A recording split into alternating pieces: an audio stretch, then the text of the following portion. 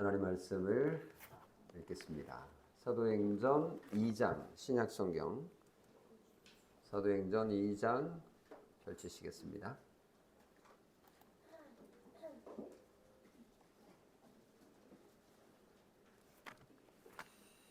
이 장 42절에서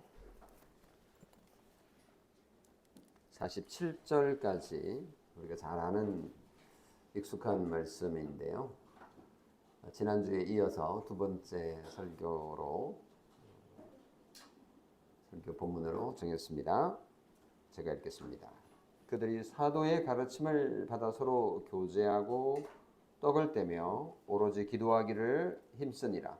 사람마다 두려워하는데 사도들로 말미암아 기사와 표적이 많이 나타나니 믿는 사람이 다 함께 있어 모든 물건을 서로 통용하고 또 재산과 소유를 팔아 각 사람의 필요를 따라 나눠주며 날마다 마음을 같이하여 성전에 모이기를 힘쓰고 집에서 떡을 떼며 기쁨과 순전한 마음으로 음식을 먹고 하나님을 찬미하며 또 온 백성에게 칭송을 받으니 주께서 구원받는 사람을 날마다 더하게 하시니라.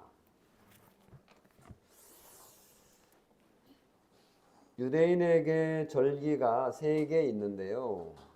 기억나시는지 모르겠습니다. 유월절, 오순절, 장막절 대표적인 거죠. 그 가운데 유월절은 잘 아는데 그 다음에 오는 절기가 오순절입니다. 오순절이라고 하기도 하고 칠칠절이라고 하기도 하죠. 또 한 가지 있는데 사실은 그 이름이 정확하게 오순절의 의미를 나타냅니다. 기억나시죠? 초실절입니다. 처음 열매를 거두는 초실, 추수를 시작한 거를 기념하면서 일종의 추수감사주일 개념이라고 볼 수 있겠는데요. 추수를 처음 시작하면서 이제 잔치를 벌이는 거죠. 근데 오순이라는 77이라는 말은 숫자로 이름을 정한 거예요. 5, 5에다가 순, 열순자, 50이라는 말이고 77은 77, 49 6월절 이후 49일 지나고 있는 초실절 이런 뜻이고요. 55수는 50일째 되는 초실절. 이름을 어떻게 그렇게 짓나 모르겠어요.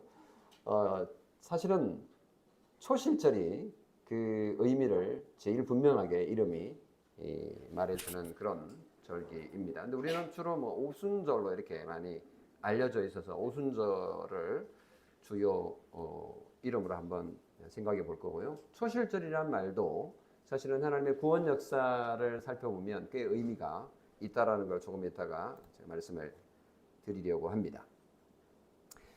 예수님이 돌아가신 때가 6월절이었습니다.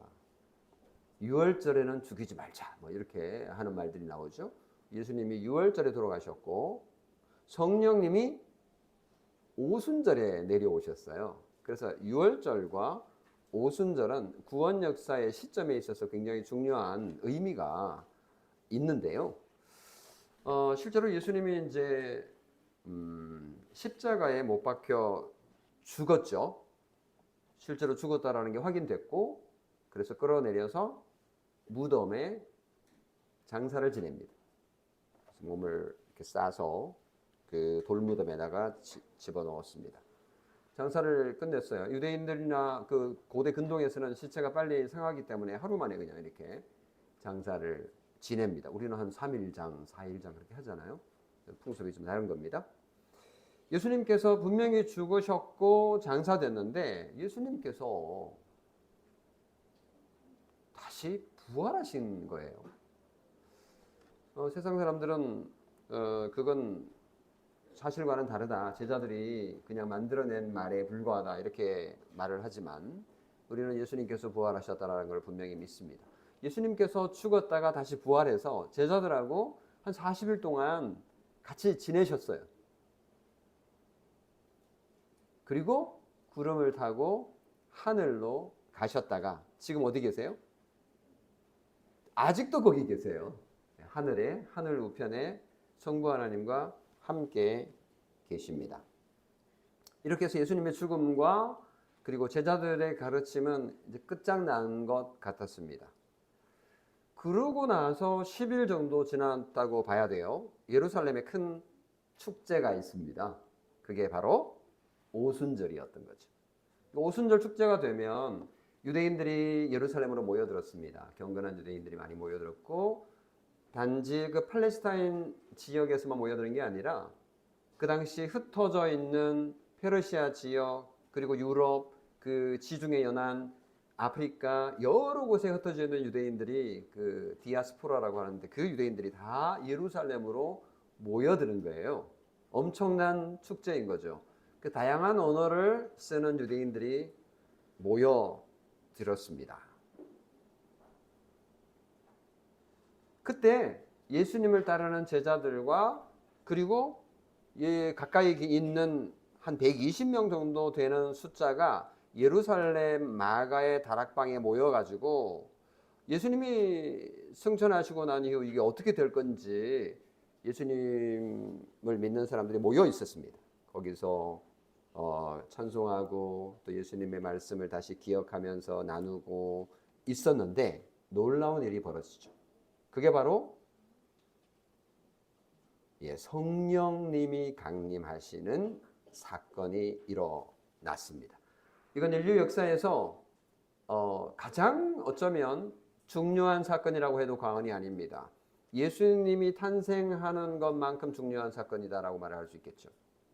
하늘로부터 갑자기 급하고 강한 바람 같은 소리가 났는데 그들이 앉은 그 다락방에 가득하게 되었다라고 표현을 하고 있습니다. 마치 불의 혓바닥 같은 것들이 갈라지면서 내려왔는데 그 불 같은 거가 120명의 사람들, 우리가 지금 한 50명 정도 되거든요. 우리 한 2배 정도 되는 사람들의 숫자 위에 각각 불덩어리가 이렇게 머리에 내려앉는 그런 현상을 실제로 눈으로 볼 수 있었고, 귀로는 바람 같은 그런 소리를 들을 수 있었습니다. 신기하죠? 성령님이 각 사람에게 내려온 겁니다. 120명의 사람들에게. 이게 뭘까? 알 수가 없습니다. 여하튼 성경에 기록된 것을 보면 성령님이 정말 그 각 사람에게 내려왔다라는 증거가 확인이 되는데, 각 사람들이 갑자기 말을 하기 시작했는데 자기 언어를 말하지 않고 다른 언어를 말하기 시작한 겁니다. 제가 갑자기 설교를 하다가 영어를 말하는 거예요. I am a boy, you are a girl. 이렇게 이제 갑자기 영어를 말하는 거예요. 제가 영어로 설교를 한다고 생각해 보세요. 이상한 거죠. 네, 본토 출신이신 우리 고지원 성도님은 엄청 기분 좋겠지만 갑자기 영어로 말한다고 생각하면 놀라 자빠지는 거죠. 이런 현상이 이제 일어난 겁니다.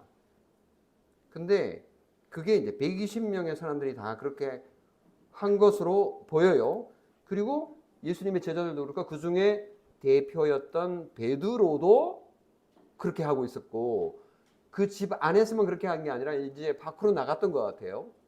어떻게 된 건지 정확하게는 모르지만, 근데 사람들이 베드로가 제자들이 하는 말들을 듣고 깜짝 놀란 겁니다. 아니, 내가 살던 아프리카 말을 왜 이 사람이 하는 거지? 이 사람들은 못 배운 사람들인데, 내 언어를 알 리가 없는데, 아니 왜 페르시아 말을 하지? 왜 영어를 말하지? 이렇게 된 겁니다. 깜짝 놀란 거죠. 사실 언어는 바벨탑 사건 이후로 온 세계가 언어가 나누어졌다라고 성경은 말을 하고 있는데, 이제 이때 그 바벨탑의 그 벽이 무너지게 된 사건인 거죠.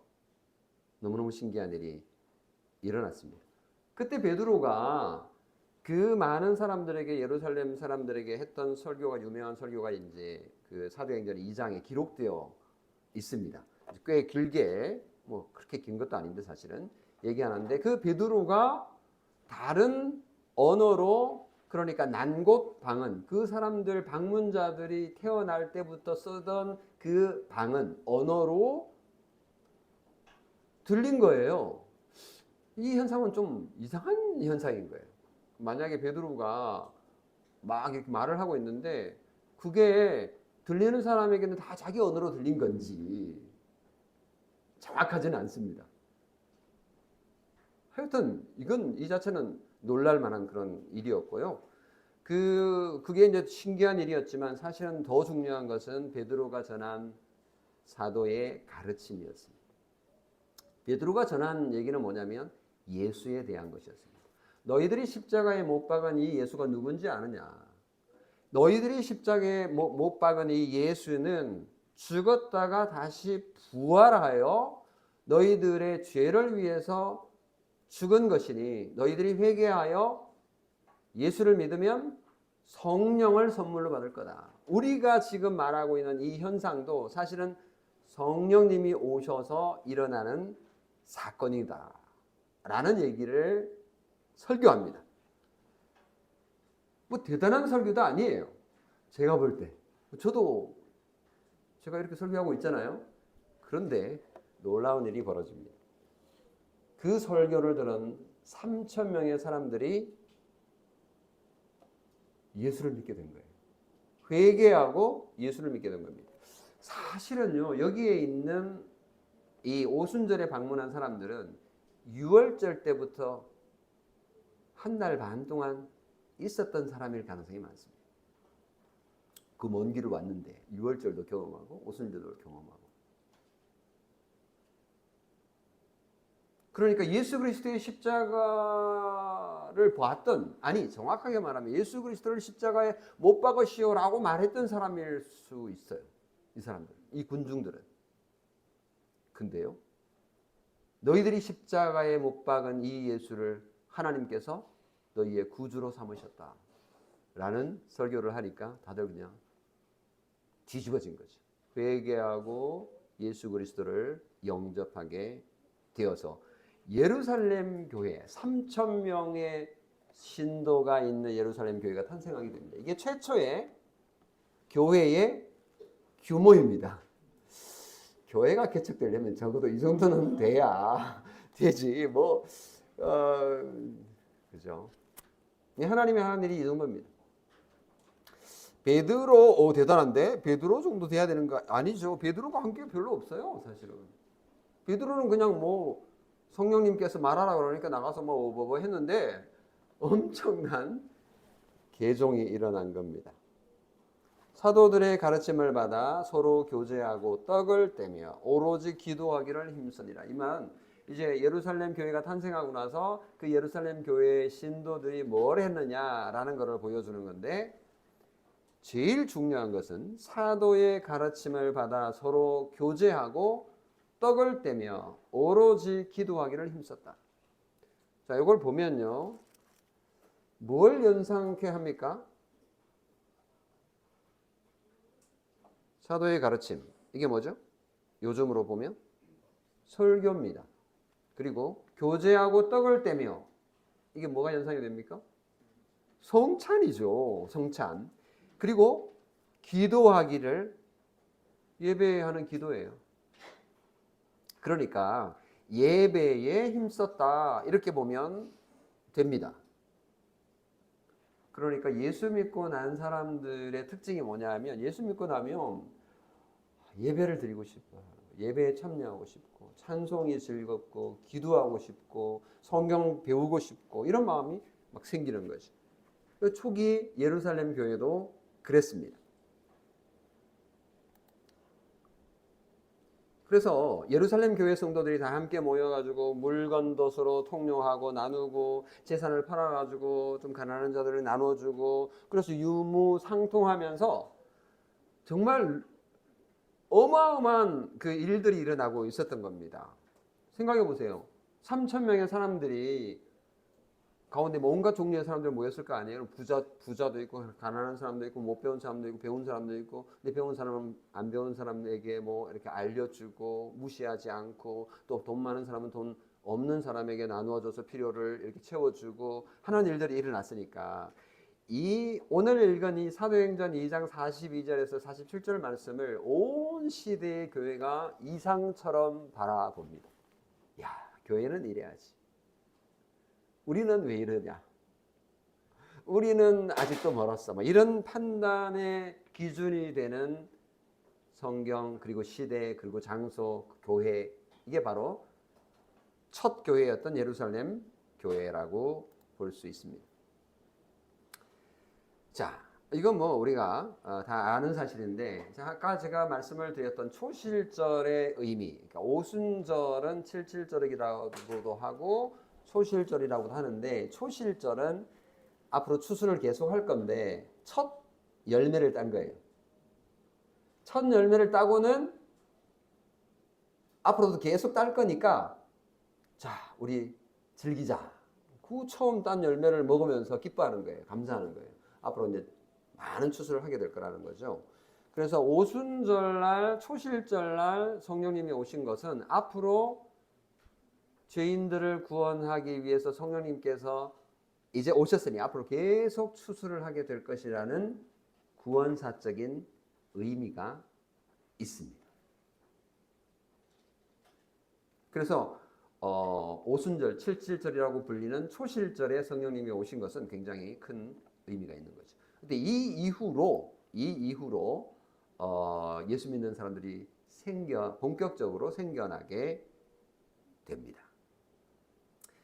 근데 이제 우리가 로망으로 생각하는 이제 사도행전 2장 42절에서 47절의 이 예루살렘 교회의 아름다운 모습에 대해서 각 시대마다 해석하고 적용하는 것들이 조금씩 달랐습니다. 예를 들면 중세, 그러니까 주후 5세기부터 15세기까지 대략 한 1000년 정도 기간에서는 일반 교회에서는 이런 모습을 발견하기가 좀 어려운 거예요. 그래서 이런 정말 초대교회 같은, 예루살렘 교회 같은 그런 거를 꿈꾸면서 뭘 만들었냐면 수도원을 만들었습니다.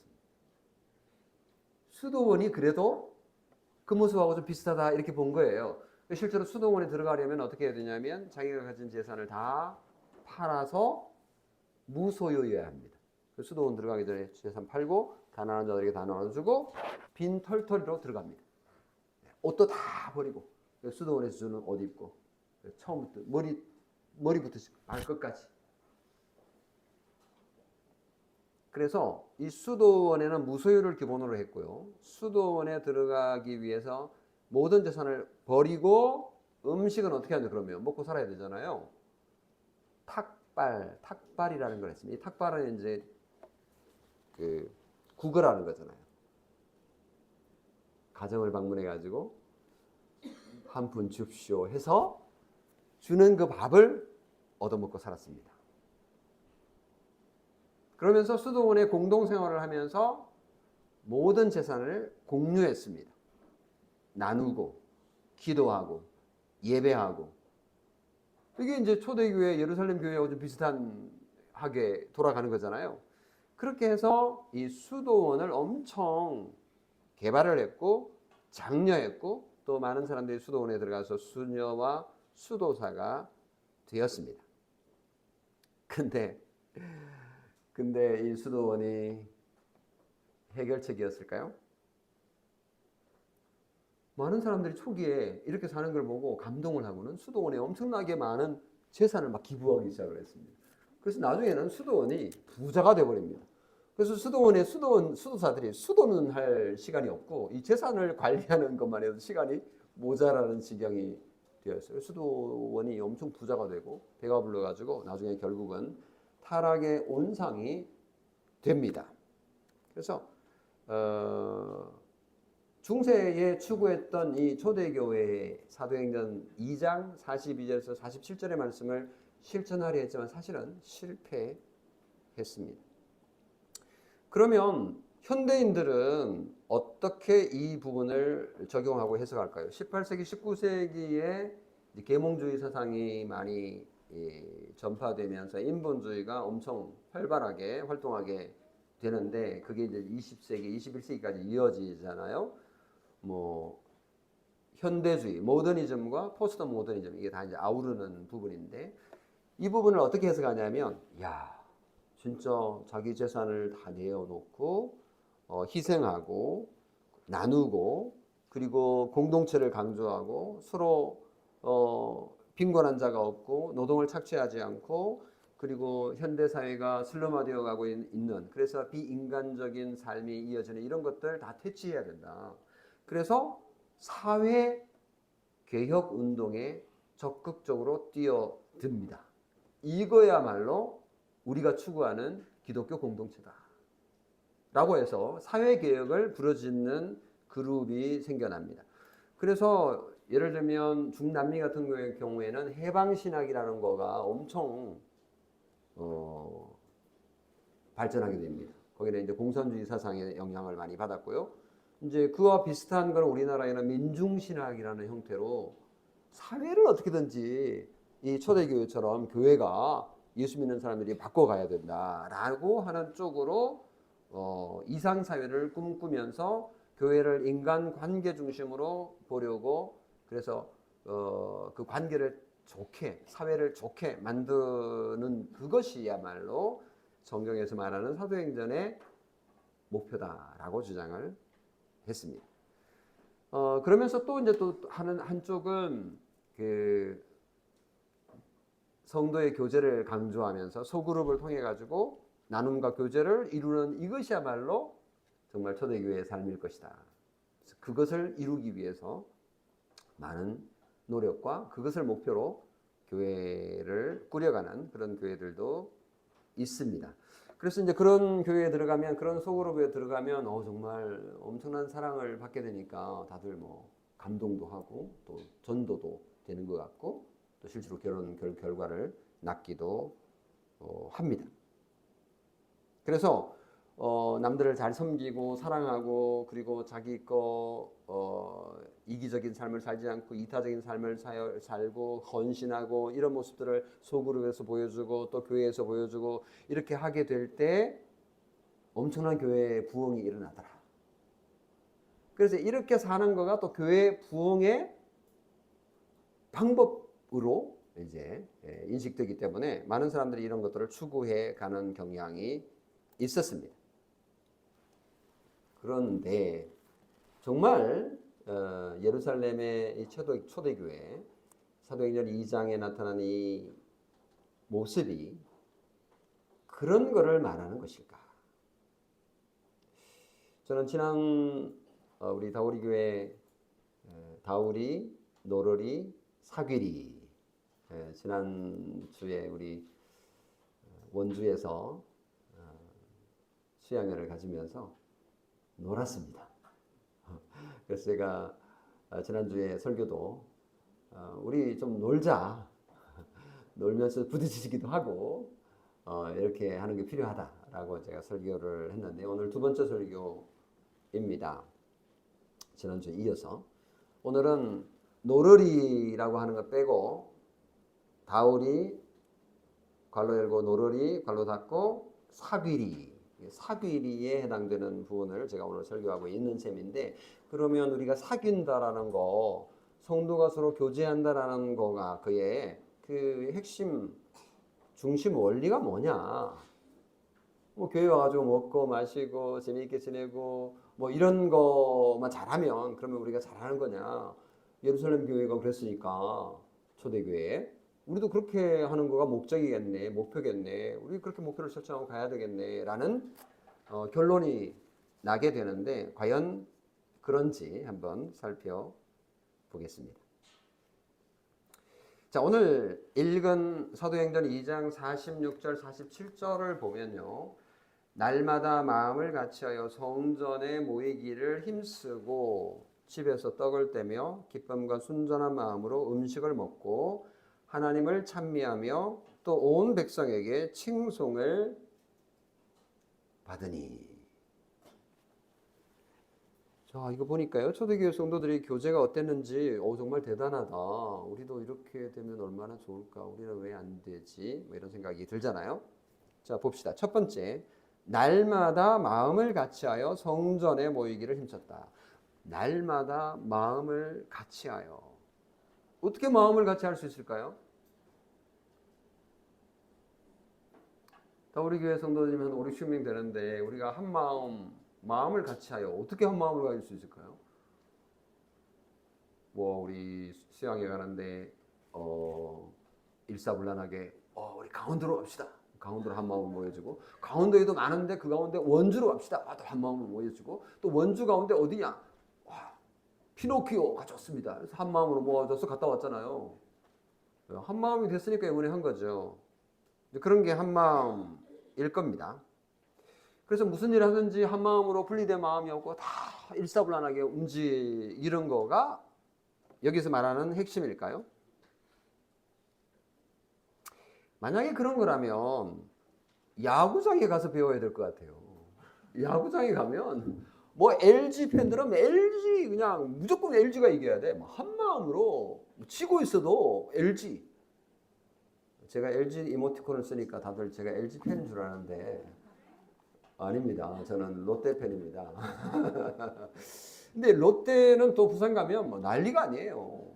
뭐 저도 집에 안 갔네요. 롯데 충성심은 대단합니다. 한 마음으로 오로지 끝날 때까지 끝까지 질 때까지 있는데요. 진짜 만약에 그런 식의 어떤 마음을 같이하여라는 개념이라면 야구장에서 배워야 되겠죠. 일사불란하게 움직이는 그런 모습. 그리고 뭐 그런 거 잘하는데 또 있잖아요. 군대 가면 뭐 모든 게 일사불란하게 움직이지 않습니까? 조직 사회.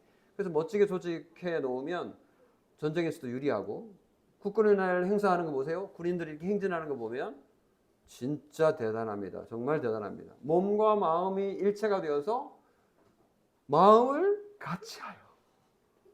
너무너무 잘하잖아요. 그런 거 하려면 교회도 진짜 일사불란하게 아무 불평 없이 꼼짝 마. 의견만 하지 마. 우리 이쪽으로 가는 거야. 이렇게 하면 제일 좋겠죠. 근데 여기서 마음을 같이 한다는 게 정말 그런 걸까? 설마 그렇겠어요? 제가 말하는 거 보니 그건 아닌 것 같고, 그건 바로 42절에 나오는 사도의 가르침으로 마음을 같이 하여, 이렇게 해석하는 것이 옳습니다. 이걸 누가 이렇게 해석했느냐? 종교개혁자들이 그렇게 해석했습니다. 고개를 끄덕이시네요. 이게 이제 마음을 같이 하는 겁니다. 그러니까 사도의 가르침으로 하나가 된 거예요. 성령님이 사도들에게 계시하시고 사도들이 입을 통해서 가르침을 주는데 거기에서 하나가 된 거예요. 예루살렘 교회가 사도들의 가르침으로 하나가 되었다라는 뜻입니다. 그래서 교회가 하나가 된다라는 얘기는 사도의 가르침으로 하나가 되는 겁니다. 다시 말하면 진리 안에서 하나가 되는 것이 교회의 하나됨의 원리이지, 목사가 하는 말 무조건 예스 해야 되고 뭐 아멘 해야 되고, 그거는 본질이 아닙니다. 그건 핵심도 아니에요. 교회가 하나 된다라는 것은 진리 안에서, 다시 말하면 사도들의 가르침에서 하나가 된다라는 사실을 잊지 말아야 될 겁니다. 이게 이제 사도들이 죄송합니다. 종교개혁자들이 로마 천주교회가 1000년 동안 잘못된 가르침을 가르쳤던 것을 바로 세운 정말 중요한 개념입니다. 교회가 멋지게 조직되고 교회가 구조화되고 그리고 인위적으로 뭔가 하나를 만들어내려고, 그리고 기구를 통해서 WCC나 기타 이런 기구를 통해서 뭔가 하나 되려고 하지만 사실은 그건 부자연스럽습니다. 인간적으로 볼 때 멋있어 보일지 모르지만 그건 성령께서 하시는 일이 아닙니다. 성령께서 하시는 일은 다양한 것들을 하나로 모으시는 분이시거든요. 근데 이게 억지가 아니에요. 그냥 자연스럽게 일어나는 것입니다. 놀랍지 않습니까? 이게 어떻게 인간의 힘으로 가능하겠어요? 인간이 만들면 이게 인위적인 거예요. 자연스럽지가 않습니다. 절대로. 우선 좋을지 모르지만 그건 오래 갈 수가 없습니다. 진정한 하나됨과 진정한 교회의 일치는 사도의 가르침, 다시 말하면 교리적인 일치를 말하는 것입니다. 우리 다우리 교회는 성령으로 하나 되기 위해서 지금도 여전히 한 걸음 한 걸음 나아가고 있지 않습니까? 교리 따라 성경 암송하고 있고요. 또 그거를 설교하고 있고요. 그리고 새가족 공부 어제부터 시작했는데 새가족 공부에서 또 소요리 문답을 가지고 지금 공부에 나가고 있습니다. 나갈 겁니다. 우리는 각 직업도 다르고 나이도 다르고 그리고 출신도 다릅니다. 생긴 것도 달라요. 모든 것이 다르지만 우리는 하나로 통일됩니다. 그리스도의 복음으로. 사도들이 가르친 교훈으로.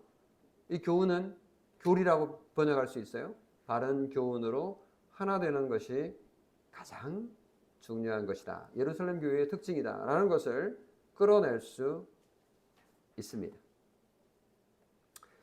엄마 아빠 나이의 중년과 젊은 오빠와 이모와 우리가 하나가 될 수 있는 것은 예수 그리스도 때문입니다. 직업도 다양하고 관심사도 다양합니다. 능력도 제각각이죠. 하지만 우리는 한 가지로 뭉칩니다. 그것은 바로 사도들이 전하여준 가르침, 바른 교훈, 바른 교리로 마음이 하나 되었습니다. 이것이 우리를 하나로 묶어주는 가장 강력한 끈이죠. 교리 따라 성경 암송 열심히 합시다. 그리고 주일 오후에 지금 이상하게 집중이 되고 있는데 하이델베르크 요리문답 낭독 시간 열심히 참여하시기를 바랍니다. 그리고 성전에 모이기를 힘썼다. 근데 이게 얼마나 오래됐을지는 사실은 말하기 곤란한데 이때 초기에는 모일 데가 없으니까 일단 성전 어디 애매합니다. 그냥 뭐 이렇게 천정이 있는 회랑 뭐 이런 데서 이제 그 공간에서 모였겠죠. 근데 조금 있다가 뭐 박해가 시작되는데 어림도 없습니다. 그래서 이제 가정으로 흩어지게 되고요. 나중에 보면 집에서 기쁨과 순전한 마음으로 음식을 먹고 이게 이제 집으로 흩어지게 되었기 때문에 나타나는 표현으로 보입니다. 어쨌거나 예배 중심으로 이제 그리스도인들이 모이게 되더라라고 해석하고 적용하면 우리하고 크게 다르지 않습니다. 그러니까 초대교회가 엄청나게 우리하고 다르다고 생각하는데 사실 우리가 지금 하고 있는 것과 원리적으로 같습니다. 두 번째, 방금 제가 읽었습니다만 집에서 기쁨과 순전한 마음으로 음식을 먹고 라고 했을 때 이게 이제 교회가 집집이 이렇게 나눠지게 됐을 거라고 볼 수 있습니다. 가정집에서 사도들의 가르침을 듣고 전하고 나누고 그리고 배고프니까 밥에 먹고 네, 자연스럽게 교제를 이루었는데 좋아서 한 거예요. 기쁨으로. 그리고 이런저런 계획 이렇게 내가 해주면 저 사람이 나를 좋게 보겠지? 이 부자한테 잘 보이면 이 사람이 나한테 뭔가 뭐 돈도 좀 구워주고 내가 힘들 때 도와주겠지? 이런 저의를 가지고 만나는 게 아니라 정말 이 사도의 가르침 때문에 기쁘고 그리고 순전한 마음으로 음식을 먹었다라고 전합니다. 이 표현도 사실은 우리가 지금 교회에서 하고 있는 성찬과 그리고 성도의 이 애찬 식사하잖아요. 우리가 점심 먹잖아요. 우리 어린이들은 우리 교회에서 먹는 점심이 너무 맛있어서 교회 온다는 소문이 있던데 아닌가요? 네, 비빔밥 너무 맛있잖아요, 진짜. 다른 데서 먹는 것보다. 우리가 하나로 일치된 복음 안에서 우리가 서로 기뻐하고 즐거워하고 여기 교회 오는데 뭐 다른 어떤 그 보관을 가지고 어떤 저의를 가지고 오시는 분 있나요? 제가 볼 때는 없어 보입니다.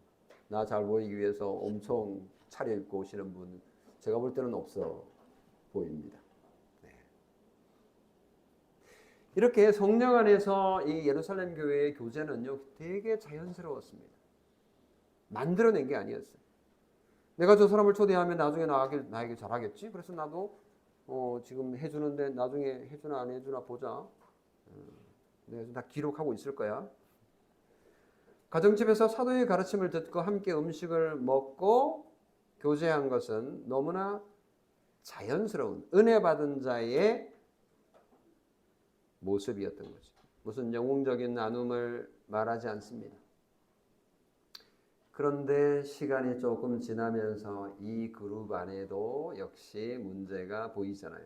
대표적인 사건이 뭡니까? 아나니아와 삽비라 이야기지 않습니까? 아나니아 삽비라가 자기가 가진 재산을 다 팔았습니다. 멋있잖아요. 그리고 이게 다 전 재산이라고 뻥을 칩니다. 일부러 숨겨둔 거예요. 엄청 칭찬받을 건데, 그걸 그렇게 안 해도, 사실대로 안 해도 엄청 칭찬받았을 건데, 이거를 더 뻥튀기 하기 위해서 다 팔았다. 이게 판 금액이 모두다라고 말하고는 실제로는 조금 숨겨뒀던 사건이 있습니다. 이건 순수하지 못했던 거지. 자기의 이름을 내기 위해서 허영으로, 허세로, 거짓말을 함으로써 문제가 생깁니다. 지금도 뭐 교회마다 이런 문제들이 있습니다. 예루살렘 교회 신자들은 기쁨과 순수한 마음을 가졌고 그 원리는 성령의 교제였는데 그것은 너무나도 자연스러운 것이었고 강제에 의한 것이 아니라 강압에 의한 것이 아니라 스스로 기뻐서 순전한 마음으로 행한 것이다 라는 것을 볼 때에 오늘 우리가 어떻게 교제해야 될 것인지를 배우게 됩니다. 오늘도 우리가 점심을 먹게 되는데 우리가 단순히 배를 채우기 위한 게 아니잖아요. 서로의 마음을 또 나누기도 하고 그리고 또 물리적으로 음식을 먹으면 기분이 좋아지는 효과가 있습니다. 배고프면 막 짜증나고 그러잖아요. 지금 배가 좀 고픈데 저도 뭐 빨리 설교를 마쳐야 될 것 같아요. 사도의 가르침을 받은 자도 사람이기 때문에 음식이 주는 이 기쁨을 누리는 건 죄가 아니죠. 마음껏 누릴 수 있습니다. 그리고 우리 교회는 한 달에 한 번씩 성찬이 있는데요. 이 성찬이 있는 날 가정에서 성도의 교제를 나누게 됩니다. 거기서 우리는 예루살렘 교회가 나눴던 그런 교제를 나누는 것, 이건 아름다운 전통이고 또 우리는 이것을 잘 누려갈 것입니다. 세 번째로 하나님을 찬미하며 라고 합니다. 하나님을 찬미한다는 건 찬송이죠. 예배 가운데 있는 거지 않습니까? 그래서 우리 예배를 통해서 하나님께 우리의 기쁨을 표현하고 또 하나님이 우리를 구원해 주신 것을 고맙게 여기고 하나님 그리고 하나님이 하신 일을 좋아서 칭찬 드리는 그런 시간이 바로 찬미의 시간입니다. 자, 이건 찬미라고 표현을 했습니다. 찬송이라고도 번역할 수 있고 뭐 다양하게 번역할 수 있는데 찬송할 때 앞쪽을 보면서 하잖아요, 여러분. 그죠? 근데 일반 교회 가면 이 성가대가 주로 어떻게 배치가 되어 있나요? 기억나요? 다 잊으셨나? 뭐 어중간하게 뭐 성도들 보게 이렇게 돼 있기도 하고 위치가 좀 애매해요. 근데 이제 큰 교회를 잘 짓는 그런 교회들 가보면 성가대가 강단 뒤에 쫙 배치가 되어 있는 경우도 있습니다. 그래서 이제 설교 끝나고 찬양 시간이 딱 되면 또는 설교 전에 찬양 시간이 되면 뒤에서 멋지게 공연을 쫙 합니다. 근데 찬양이라는 걸 개념을 생각해 보면 찬미와 찬양은 누구에게 하는 거죠? 하나님께 하는 개념인데 이게 이제 뒤에서 누구를 향해서? 성도들을 향해서 공연하는 형태가 돼버리잖아요. 그러잖아요. 로마 천주교회가 중세 때에 찬양, 회중 찬송이 없었고 그 찬양단이 찬양을 대표로 해줬습니다. 그래서 일반 성도들은 회중 찬송을 안 했어요. 얘들은 이쪽을 보고 이렇게 찬양을 이제 했던 거죠. 엄청 수준 높은 찬양을 듣긴 하지만 그게 본래 예루살렘 교회에서 예배 가운데 찬양하는 찬미의 의미가 충분히 잘 전달되고 있을까 생각할 때는 좀 아쉬운 측면이 있는 거죠. 실제로 멋진 찬양을 듣긴 했고 그래서 또 너무 감동이 돼가지고 박수도 치긴 했지만 이게 좀 헷갈리는 거죠. 이게 뭐 하나님도 들으셨으니까 뭐 하나님도 좋으실 거다라고 생각할 수 있지만 이게 좀 약간 믹스되어 있는 아쉬운 점을 피하기 어려운 측면이 있습니다. 그래서 정말 멋지게 이 막 음대 다니시는 분들이 성악가들이 막 이렇게 노래를 큰 교회들은 하잖아요. 보통 사람들은 뭐 끼기도 힘들 그런 정도의 수준을 노래합니다. 실제로 우리 이경도 목사님이 이제 함부르 아니죠 미넨에 이제 미넨 한독 한인교회에 이제 가서 목회하기로 했는데 독일에 음악 공부하러 가시는 분들이 많아요. 그래서 그 교회도 아마 성악하는 분들이 꽤 많이 출석할 가능성이 많은데 진짜 노래 끝내줍니다. 이분들이 앞에 나와서 찬양하면요 뭐 장난이 아니에요. 매주일 찬양대가 거의 뭐 공연 수준인 거죠. 근데 제가 종종 경험했는데 교회 찬양대 가운데 실제로 신자도 아닌데 교회 성가대 거기 고용돼 가지고 오는 사람들이 꽤 있었어요. 그래서 이게 지금 하나님을 찬양하는 건지 아니면 노래를 자랑하는 건지 참 헷갈릴 때가 많이 있는데요. 회중 찬송이라는 것이 그래서 종교개혁자들이 개혁한 거잖아요. 그래서 온 성도들이 하나님을 향해서 비록 목사를 향해서 쳐다보고 있지만 사실 목사에게 찬양하는 게 아니잖아요. 그러니까 하나님을 향해서 한 방향을 향해서 찬양하는 이런 것이야말로 정말 아름다운 찬양이 될 것이다 라고 볼 수 있겠습니다. 그리고 네 번째, 온 백성에게 칭송을 받으니. 이거는 이제 초대교회, 예루살렘 교회 성도들의 삶이 이제 이런 걸 보니까 친척들이 보고, 제가 예루살렘 교회 나가더니, 뭐야? 엄청 바뀌었네? 야, 그 친구들도, 엄청 바뀌었대. 이제 이렇게 해서 놀라서, 대단하다, 야. 나는 뭐 거기 참여 안 하지만, 굉장한데? 이제 이렇게 했다는 거잖아요. 나도 예수 믿을래 이렇게 해서 올 사람도 있었겠지만 하여튼 그 점에 대해서는 얘기하지 않고 적어도 주변에서 야, 너 왜 그래? 이게 아니라 대단한데 라는 평가를 받았다라는 겁니다. 근데 뭐 그런 평가를 받기 위해서 우리가 그렇게 하는 건 아니에요. 근데 하고 보니 그런 평가가 낮더라. 근데 그렇게 하는데도 핍박이 올 수도 있어요, 사실은. 그러니까 이건 뒤바뀌면 안 돼요. 그러니까 결과를 목표로 잡으면 안 돼요.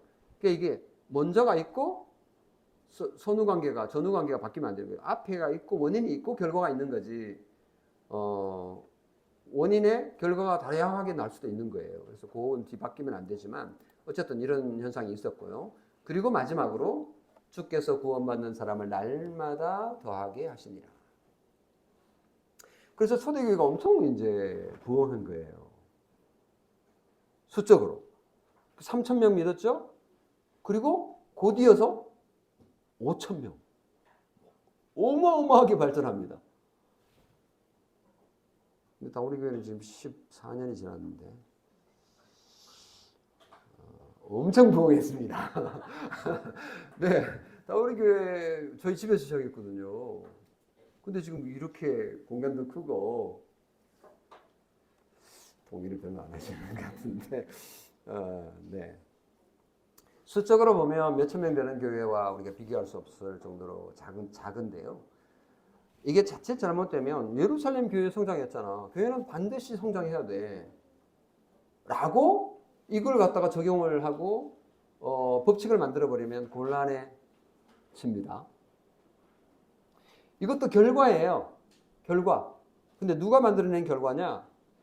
하나님께서 만들어낸 결과입니다. 자, 보세요. 구원받는 사람을 날마다 더하여지더라가 아니라 주어가 있어요. 주어가 누구예요? 주께서 구원받는 사람을 날마다 더하게 하시더라. 사도행전을 계속 읽어보면요. 주님께서 교회를 어떻게 이끌어 간다라고 계속 얘기하십니다.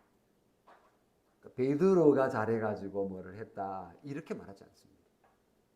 네, 오히려 인간들은 별로 도움이 안 돼요. 목사들은 별로 도움이 안 돼요. 근데 뭐 계속 교회가 부흥하는 거야. 그게 누가 잘해서? 주께서 그렇게 하셨기 때문이다라고 봐야 되는 거죠. 물론 주께서 그렇게 하지 않는 것도 있을 수 있어요. 이단들 엄청 성장하는데요. 사탄도 그렇게 합니다. 그래서 그걸 잘 분류를 해야 되긴 합니다. 어쨌거나 중요한 것은 그 교회 성장이 목표가 되어서는 안 돼요. 그건 결과입니다. 우리가 목표해야 될 것은요, 사도의 가르침에 충실하는 것입니다. 사도의 가르침에 충실하여 그 말씀에 따라 순종하며 살아갈 때에 이런 결과도 나타날 수 있고 저런 결과도 나타날 수 있는데, 초대교회 구원 역사에서는 이런 결과가 나타났더라. 여기까지만 적용하면 됩니다. 우리가 정말 여기서 얻어야 될 거는 사도들이 가르친 그 교훈에 집중해야 되겠구나. 그러면 우리는 가장 중요한 것을 얻습니다. 성도의 교제도 거기서 얻게 되고, 기쁨도 얻게 되고, 순전함도 얻게 되고, 그래서 교회가 아름답게 하나님께서 주신 은혜를 누릴 수 있는 거다라는 것이죠. 우리 교회도 사도의 가르침을 받아서 서로 교제하고 성령의 인도에 따라서 자연스럽게 예배할 때에 예루살렘 교회가 누렸던 은혜를 누리게 될 거라고 저는 확신합니다. 우리 교회 밖의 사람들이 사도의 가르침과 신자의 아름다운 교제를 보고서 와, 저런 교회에 나가고 싶다, 저런 공동체에 나도 속하고 싶다라는 말이 들리면 너무 고맙겠죠. 근데 그것 자체가 목표일 필요는 없습니다. 우리가 목표할 거는 사도의 가르침에 붙어 있는 것입니다. 교회 내부의 풍성한 성도의 교제는 교회의 울타리를 넘어 세상 밖으로 나가게 될 거예요. 그건 정말 우리에게 주신 그 은혜를 잘 우리가 활용한다면 그런 은혜를 또 누리게 될 겁니다. 하나님의 사랑이 성도의 아름다운 교제를 통해서 담장 너머로 뻗어 나가게 될 것인데, 그것은 우리의 사랑 때문이 아니라 하나님의 사랑 때문임을 기억해야 될 겁니다.